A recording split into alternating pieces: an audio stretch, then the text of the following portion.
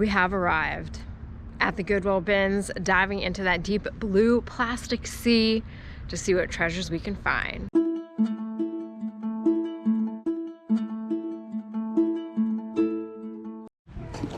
We are back at the bins. It has been a while, but we are back. Now, not promising anything exciting. This just shows you what the bins had to offer on this day that I was there. A lot had changed since my last time. The books were no longer separated. They used to have bins just for books, and they would always keep probably about 4 to 5 bins along the side wall. Those aren't there anymore. Shoes are still separated. They still had some shoes, but everything is a mixture. So here you can see the shoes. Oh, I even found a few pages of a newspaper. I believe that was from the 70s, I think it was.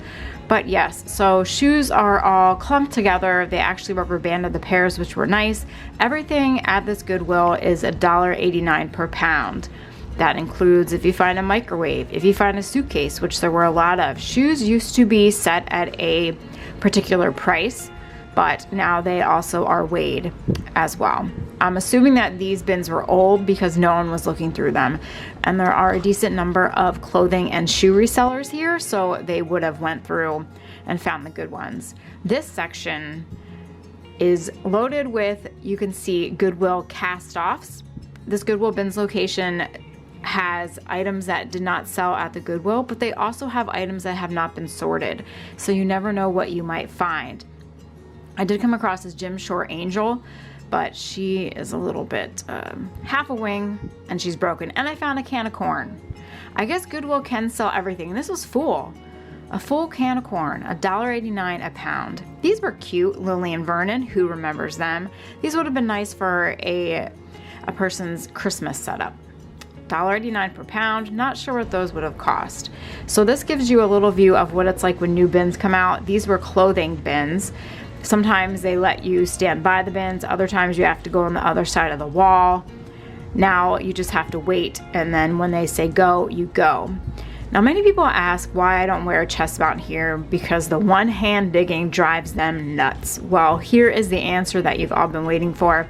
I've been asked at this location to not show any faces of the other shoppers. If I were to wear a chest mount, it would be a ridiculous amount of editing, probably another, I don't know how long amount of editing to cut away faces. So it's easier for me to hold the camera in my hand, point it downward straight into the bins, and not get anyone's face. Wearing the chest mount also, for me, it's just not comfortable. I would have to constantly be adjusting the angle, especially when I am, bending over the bin since I'm so short trying to reach the other side. But that's one of the reasons why I don't wear a chest mount here. We have some pots, pans, everything but the kitchen sink.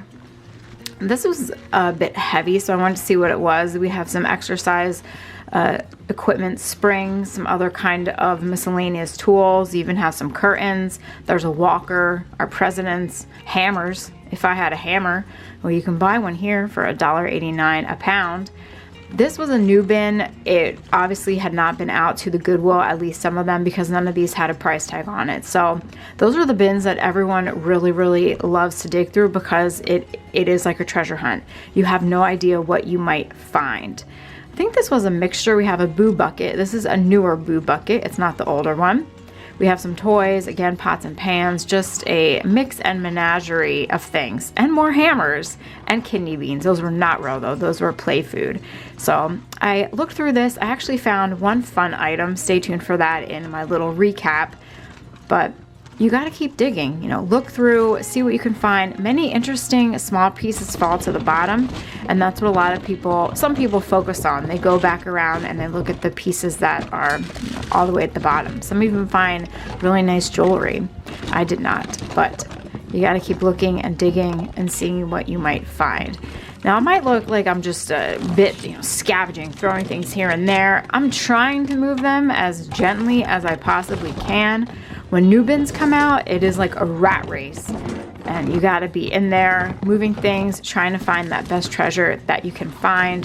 And today, well, I found just a few things. First trip of the new year, to the bins is in the books. It's always interesting to see what changes because I don't go there on a regular basis. I don't go there on a weekly basis. It's about maybe an hour and 20 minutes, an hour and 15 minutes away from me. Wish it was closer, but because it's a little bit farther away, I don't go as often, so rules are always changing when you go. The configuration's always changing. So you have to kind of relearn everything, you know. Are you allowed to stand by the bins when they come out? Do you have to go to one side of the room when the bins come out? Can you have your cart by the bin? It's always something different. So it's nice to, you know, have people that tell you, hey, you know, you can't do this anymore. We do this instead, so that you're following the rules, quote unquote, the rules of the bins. I didn't come back with that much. I did not fill my bag. The bins today had a lot of large items. There were a lot of suitcases, a lot of empty totes, which I guess paying $1.89, I believe it was a pound, for a tote is still cheaper than buying a new one at Walmart. There was some furniture thrown in there, just a lot of bulk items when they brought out the like bric-a-brac non-clothing items. The clothing, this bins location has a lot of people, I think the majority of the people there focus buying clothing. Some do newer clothes. There is a large amount that do only vintage clothing. So if you are going there to try and source strictly vintage clothing, you are up against at least probably 15 other people that sell only vintage clothing and that are interested in buying only vintage clothing from the bin. So, you know, your eyes have got to be sharp. You got to know what you're looking for. And then there are the handful of people that go just to pay a really cheap price for things. Now, it takes a little bit more effort than walking into a Goodwill store and seeing what's on the shelf because you have to dig. This location, this Goodwill bins location, they do a mixture between items that had been at the Goodwill stores and did not sell, and items that have been donated that were never put out at the bins. You can see what those are because there aren't tags. A lot of the clothing had tags on them. Clothing that do not have the old Goodwill tags have not been sorted. Found that can of corn. I don't know. I mean, I get maybe someone will buy it. I have no idea. We found some hammers and tools. I think the can of corn was the only food related item, but prior I have found, you know, boxes of oatmeal. What else? There was it's not food, but I remember this giant bag of the hot hands. I think they expired in the 90s. So I think people in general use the donation bins at Goodwill and other thrift stores as a means to throw out their trash, and or if they're doing clean out, so like, oh, we're just gonna empty this out. We can donate it, but I don't know. If you're gonna donate your cans of corn, they're not expired, take them to a food bank. They'll appreciate them more there. Anyway, so what did I find? Again, it just, some days you can walk away from Goodwill bins with a whole cartload of stuff, and other days it's just not there. Because I am not a new clothing seller, I don't really look at the clothing for me to sell. I'll buy it because I like it. If I happen to stumble across a cool vintage t-shirt, I most likely will buy it as well. And if I perhaps see a brand that I recognize, I'll take a gander at that. But, I'm not filling up a cart of clothing to take to the flea market to sell. Just not what I do. Sorry. But I did come away with this. This is an LL Bean. I want to call it like a duster. It's 100% wool. I paid a total of $4.93 for everything. So yes, it's 100% wool. Does it say where it's made at? I don't believe it does, but this almost reminds me of the kind of jacket that would go underneath another jacket as like a second layer. But if any of you know the proper term for this, let me know, because that will help in looking it up, when I did a little Google image search, it was showing me like military wool blankets. So yes, this nice LL Bean. I'm just gonna call it a duster for now. This shirt was actually discarded. What you will find is that those that do buy clothing, whether it's newer clothing or the vintage clothing, they just toss it into their carts and then they go through everything after. And so you'll often find lumps and clumps of shirts and other clothing items that they either don't want to sell, can't sell, have no interest in, and they just put them back. So always take a look at those, because I found this shirt. So this is a Screen Stars vintage label.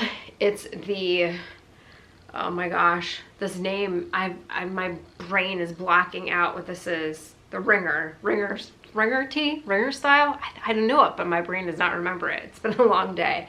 It's the Pennsylvania Special Olympics Summer Games at Kutztown University, June 14th to the 17th. I love the Ringer style t-shirts.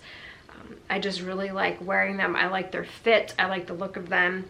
Now this is a little bit yellowed, but use some OxyClean and this will clean up great. This was tossed in a bin with, you know, suitcases, so it wasn't found there. So I'm guessing someone picked it up, looked at it, and was like, well, I can't sell this. It's not worth reselling.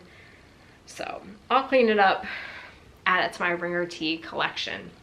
And then I found a frog squirt gun. Like, he was just sticking out of the bins like this, and I'm like, what is that? And then when I picked it up, I was like, oh my gosh. And the guy goes, huh, a squirt gun. He's like, that's pretty neat. I'm like, yeah, it is. A frog squirt gun. Who would have thought? It's in great shape. Even has a little stopper there, and then the water comes out of his mouth. Frog squirt gun. The things you find at the bins. And then I found this gal. We have a vintage Christmas tree topper angel. I plugged her in and she does still light up. So this part lights up. She has a pipe cleaner arms, and then her little hands are also lights, and then she has some lights in her bottom portion. Depending on the look and the, you know, if it's messed up, dirty, broken, torn, online they can sell between $7 to usually like $15. Now Christmas season is over, but Christmas stuff sells all year. Do not be dissuaded from putting up your vintage Christmas year round, because it still sells. People don't stop buying and looking and searching for a vintage Christmas because the holiday season is over. Doesn't happen. They're always looking for it, the vintage Christmas collectors. So she was in one of the newer bins that they brought out, and I'm like, oh, well, we gotta pick her up and hopefully find her another home. I have sold these before, so $4.93. I think between her and possibly the LL Bean, I will get my money back. Now I'm not gonna be, it's not, you know, $100 day at the Goodwill bins. It just wasn't, you know. It always depends on what they bring out, how often they're changing out the bins, and then also I guess your competition. And largely this is, you know, whatever bin you choose and they bring a new bin out, that's what you got to work with. Now I do go through the other bins that people have long gone, you know, they've stopped looking through them, and you do find things, because not everyone sells the same thing.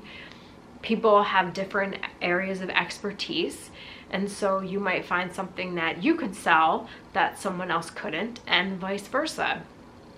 So if you go to the bins, don't be discouraged if you see, you know, 20 people around one bin and you're like, well, I'm not going to find anything. Still take a look, because you just never know. You know, you might know that clothing label, they might not care about it. You might know about vintage Christmas, certain items, and they might only want newer Christmas. So it all depends, and that's what makes going to the bins fun. You never know what they're going to come out with, but the days when it's suitcase after suitcase after suitcase, you're like, ugh, did I choose the right day? So first trip to the bins this year, first trip to the bins in a while. it was still fun. I still enjoy going, still enjoy seeing what other people find. One guy found these 2 huge puppets. They were really neat looking. I mean, they were large, like large. They were really fun, and they were old. They were vintage. I look like they were maybe from the 70s or even 80s. And so, you know, he'll probably put them online, put them on Facebook Marketplace. I have no idea. Put on a puppet show at the bins. But that was neat. So it is neat to see what other people find. And I'm sure as I'm rummaging through, I probably miss a lot. Probably there was some shirt from some new brand that's worth $25. I don't know, but I do like going and seeing what can be found, rescued, sold, researched, and saved from the deep blue plastic sea at the Goodwill bins. So I will be going there again. Not sure when, but you know, if I could get there maybe twice a month, if I put that out, that'd probably be good, I think. Just to have that in my rotation and see what we could find. And maybe I'll get there on a day when it's not a suitcase day. We'll have to see and find out. But anyway, thanks so much for watching. If you're going out to your bins, bring your bag, bring your gloves, bring a snack if you're going to be there all day. And I hope that you find your treasure when you're digging. Thanks for watching. Have a great day, and I'll see you all next time for the next adventure here at Paper and Moose.